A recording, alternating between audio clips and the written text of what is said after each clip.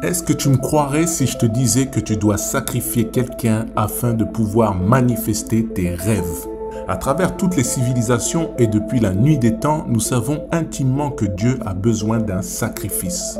Il a été compris depuis des siècles que pour recevoir quelque chose de Dieu ou de l'univers, un sacrifice doit être effectué. On t'a sûrement induit en erreur en te faisant croire qu'un sacrifice est quelque chose de mal. La vérité est que le sacrifice est le seul moyen pour que tu puisses manifester ce que tu désires. Et tant que tu n'es pas prêt à le faire, tu ne manifesteras jamais tes rêves. Pour la réalité que tu espères, quelque chose en particulier doit être abandonné. Regarde cette vidéo jusqu'à la fin et tu vas découvrir ce qui doit être sacrifié. Ou, pour être plus précis, qui doit être sacrifié. Tu n'arriveras jamais à manifester quoi que ce soit si tu ne fais pas un sacrifice. Il est primordial que tu comprennes comment est-ce que l'univers fonctionne. Sans cette compréhension, tu ne feras rien d'autre que perdre ton temps comme tu l'as toujours fait. La base de toute cette vidéo est que l'univers ne fonctionne pas à partir du vide. Tu ne gagneras jamais rien à partir de rien. Laisse-moi simplifier ce que j'essaie de te faire comprendre pour que tu puisses l'intégrer plus facilement. L'univers n'offre pas de repas gratuits. C'est la raison pour laquelle 98% des gens qui s'intéressent à la manifestation n'arrivent pas à manifester. Ils restent assis là et attendent le repas gratuit et malheureusement, l'univers ne fait pas ça. Pour que quelque chose soit gagné, quelque chose doit être offert en échange. Les plantes échangent leurs nutriments et leurs protéines contre le pollen des abeilles. Elles échangent également la lumière reçue du soleil et le dioxyde de carbone contre l'oxygène qu'elles produisent. Le truc le plus fou est que les scientifiques disent que si les abeilles venaient à disparaître, c'est tout l'écosystème naturel qui partirait avec elles, nous compris. Ceci dit, ces échanges avec l'univers n'existent pas seulement dans la nature, ils sont aussi valables chez les humains. Tu échanges de l'argent pour des biens et des services. Avant la monnaie, nous échangions cela contre de la nourriture. Les cellules de ton corps doivent se sacrifier pour se reformer et être reconstruites. Tu payes ton attention sur les réseaux et sur les médias avec ton temps de vie. Tu payes avec ta santé et ton argent tes paquets de cigarettes. Maintenant, regarde cela d'un point de vue métaphorique. Vois cela comme si, tous les jours, tu te réveillais dans le compteur de la réalité et que tu disais « Je te donne ça si tu me donnes ça ». Ce qui nous amène à une question extrêmement importante. Quelle est la part que prend l'univers? L'univers a caché la façon dont les échanges sont réalisés à l'intérieur de toi. Regarde, tu ne peux pas expirer sans prendre d'abord une inspiration. Ça peut passer pour de la folie, mais tu as toujours fait des échanges avec l'univers et malheureusement, dans la plupart des cas, c'est sans que tu t'en rendes compte. Cela veut dire que tu fais des deals avec lui sans savoir de manière consciente ce que tu demandes en échange. L'univers demande toujours une contrepartie. Il ne fait de deal qu'avec 3 types de monnaie. Et malheureusement, ce n'est pas le cash, pas la crypto, pas le crédit. C'est l'attention, l'émotion et les pensées chargées émotionnellement. D'un point de vue technique, ta fréquence vibratoire est composée de l'ensemble de ces 3 facteurs. Ce sont les 3 monnaies que tu as toujours échangées avec l'univers et elles ont toujours apporté quelque chose. Je répète, elles ont toujours apporté quelque chose en retour.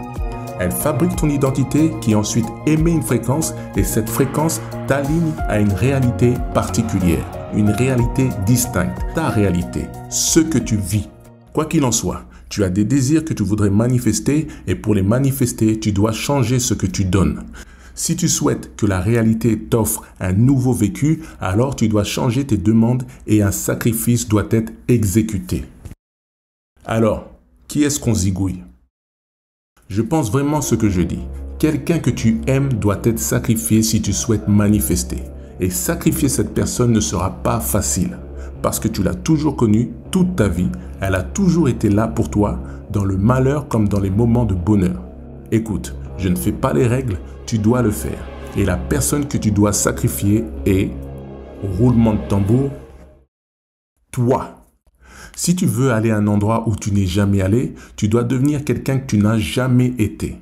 Tu ne peux pas t'attendre à ce que ta réalité change et que toi, tu restes la même personne. Ça ne fonctionne pas tout simplement comme ça. Il ne peut pas y avoir de changement à l'extérieur sans qu'il y ait un changement à l'intérieur. Ce que tu souhaites manifester, qui représente ton niveau supérieur, requiert que tu te changes complètement en sacrifiant qui tu es maintenant. Avec de grands sacrifices viennent de grandes récompenses. Quand je dis sacrifice, ça te siffle sûrement dans les oreilles parce que nous avons pour la plupart été programmés à voir le sacrifice comme quelque chose de négatif. C'est pourquoi on a tendance à y aller à reculons. Alors que c'est la seule issue pour matérialiser la vie que tu as toujours voulu. Tu dois modifier ta perception du mot sacrifice car elle alimente ce que tu projettes dans ta réalité. Si tu vois le sacrifice comme quelque chose de négatif, alors ton processus de transformation sera difficile. Un vrai sacrifice, c'est abandonner quelque chose de nature basse pour quelque chose de nature élevée. La chenille qui pense qu'elle peut voler dans son état actuel est complètement cinglée. Elle doit se transformer en papillon avant de pouvoir le faire. Le sacrifice est le pouvoir secret caché par les plus grands. En abandonnant quelque chose, tu prouves que tu sais que tu vas en avoir pour ton argent. Cet exercice est une pure signification de ce qu'est le fait d'avoir la foi. La foi, en latin, son origine étymologique, est le mot fides qui fait référence à la confiance, mais plus encore à un niveau de conviction. Et le sacrifice en est une véritable démonstration. Comprends cela. Si tu abandonnes quelque chose, tu dis à l'univers « je sais que tu vas me donner plus ». Quand tu entres dans la certitude, il y a un certain niveau de puissance qui se rapproche de la fréquence de la conviction, qui autorise les choses à se matérialiser de la façon dont tu souhaites. Ne tombe pas dans l'illusion que la réalité te présente, qui est que les choses sont comme ça, un point c'est tout. Rien n'est écrit. Tout changement dans la réalité, tous les grands accomplissements, tous les triomphes sont le résultat en quelque sorte de sacrifice. Pour laisser place à la grandeur qui est en toi, tu dois sacrifier qui tu es actuellement afin que ça arrive. Comme je l'ai dit, tu ne peux pas rester le même et t'attendre à ce que ta réalité soit différente. C'est ce dont on parle dans la tradition hermétique lorsqu'on se penche sur la loi de correspondance, à l'intérieur comme à l'extérieur. Le monde n'est qu'une ombre, une claire réflexion. Tu dois sacrifier ta vanité animale pour ta part divine.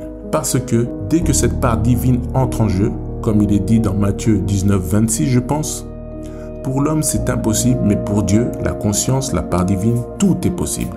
Tu dois abandonner où tu places ton attention et commencer à la placer où tu attends ton retour sur investissement. Comme je te l'ai dit, tu l'as fait de manière inconsciente toute ta vie. Le truc c'est que quand tu ne sais pas ce que tu demandes, tu ne sais pas ce que tu vas recevoir. Et quand tu le reçois, tu commences à te plaindre. Tu dois le remplacer en adoptant l'attitude que tu dois avoir quand tu as obtenu ce que tu veux. Car le seul moyen de devenir, c'est d'abord d'être.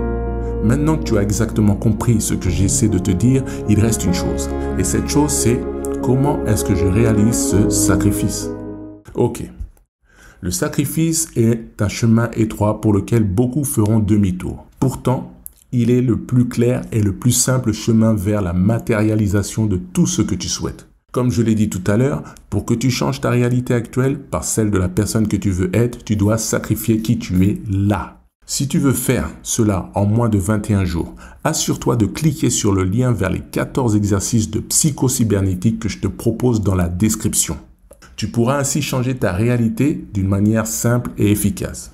Ceci dit, le processus est simple, mais ne confonds pas simplicité avec facilité. Étape numéro 1. Détermine la réalité que tu souhaites avoir avec la plus grande clarté cristalline que tu puisses imaginer. Quand je travaille avec mes clients, c'est la première chose que je leur demande de faire parce que sans cela, ton subconscient va projeter une image dans la base de données de l'univers qui sera, disons, floue. Ce qui fait qu'il ne saura pas vraiment ce qu'il doit en extraire. Par contre, si tu as une vision extrêmement précise de ce que tu veux, ton subconscient connaît exactement la fréquence qu'il doit envoyer dans cette base de données ou le champ quantique, la 4e dimension, le registre aphasique, le champ des possibles, etc. Appelle ça comme tu veux et il ira l'extraire pour le mener tout droit sur le plan physique où tu te trouves. Étape 2. Fais-toi une vague idée de ce à quoi ressemblerait la version de toi que tu souhaites devenir. Quelle serait son humeur quotidienne? Où est-ce qu'elle placerait son attention? Où est-ce qu'elle permettrait que son attention soit dirigée? Ton attention, c'est ton alignement.